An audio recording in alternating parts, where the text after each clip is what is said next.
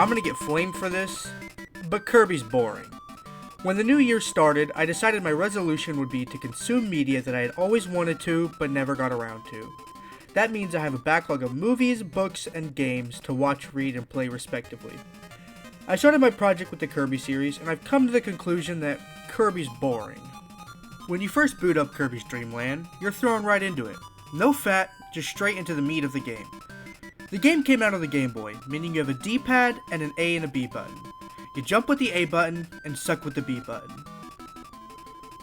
Why isn't Kirby floating?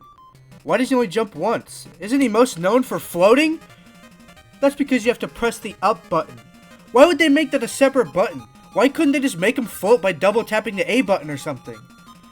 Eventually you get used to the mechanic of having to push up to float, but a lot of the time you'll be holding the right button to walk forward and end up fat fingering the up button, meaning sometimes you'll jump into an enemy. And that's not all, it's almost impossible to turn around with Kirby. He feels like I'm constantly playing on an ice level or something.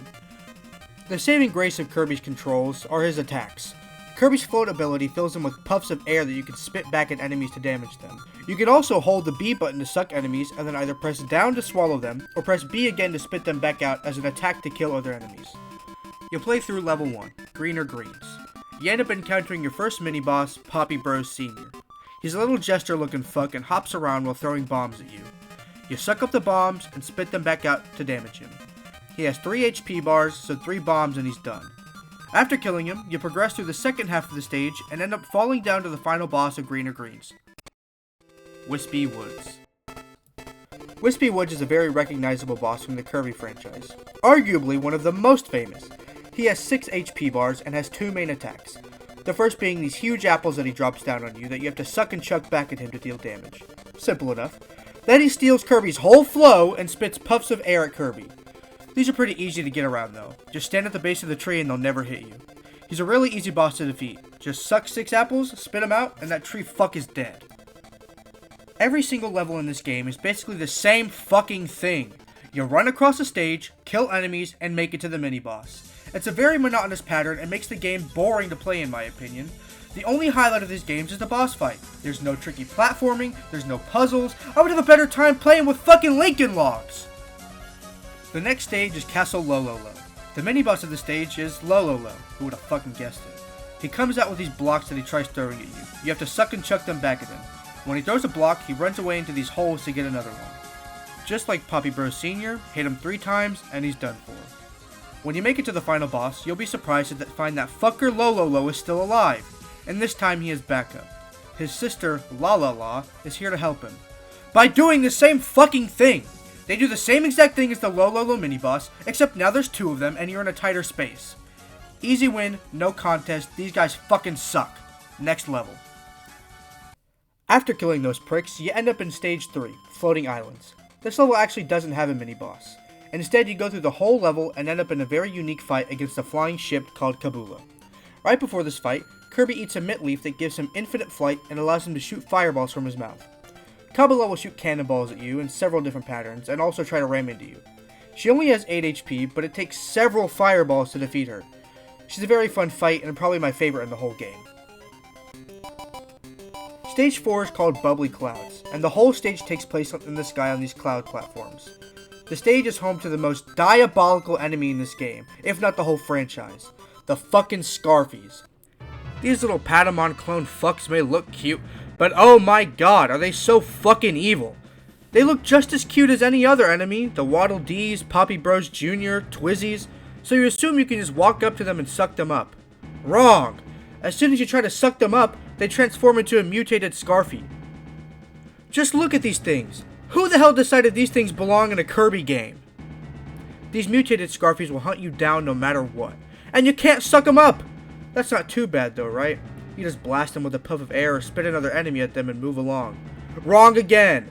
As soon as you kill the mutated Scarfie, they fucking explode! Also, these Scarfies aren't even ordered by the king to fight you. They're just that fucking evil.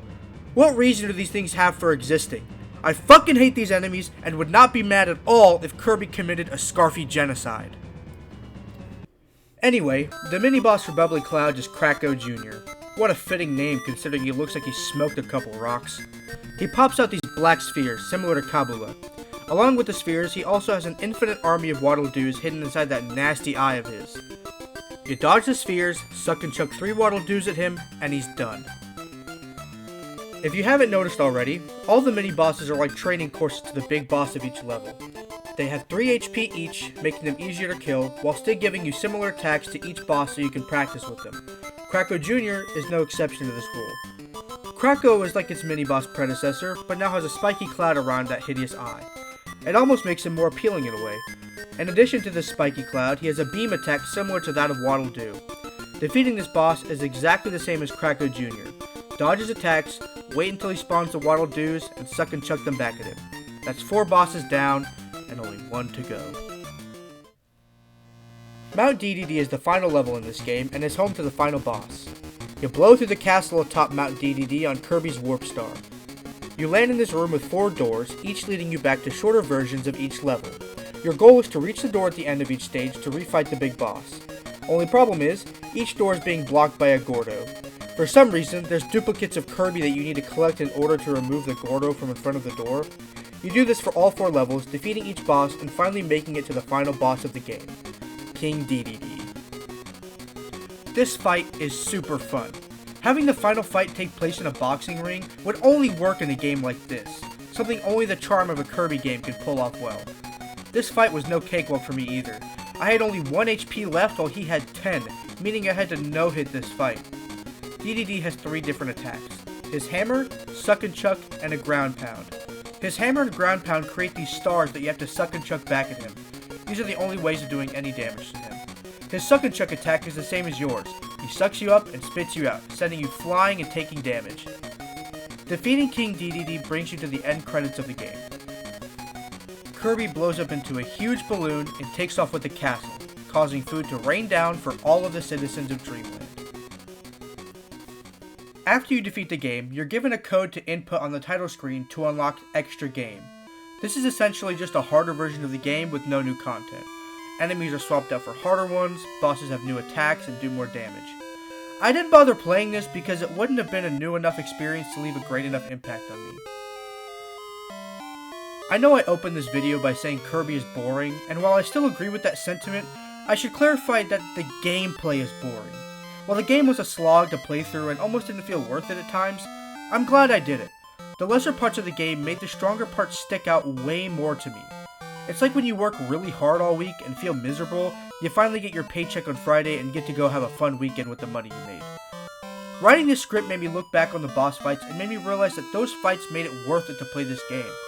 And while it wasn't super fun playing this game, I realized that Kirby isn't really about the gameplay. It's about this cute pink ball who eats enemies and embodies cuteness. Kirby has done so much for the gaming industry, and his impact has not gone unnoticed by me. I honestly recommend you try this game out if you can. I plan to review all the other games in this series as well, so if you'd like, stick around for that. Thank you for watching, and bye-bye.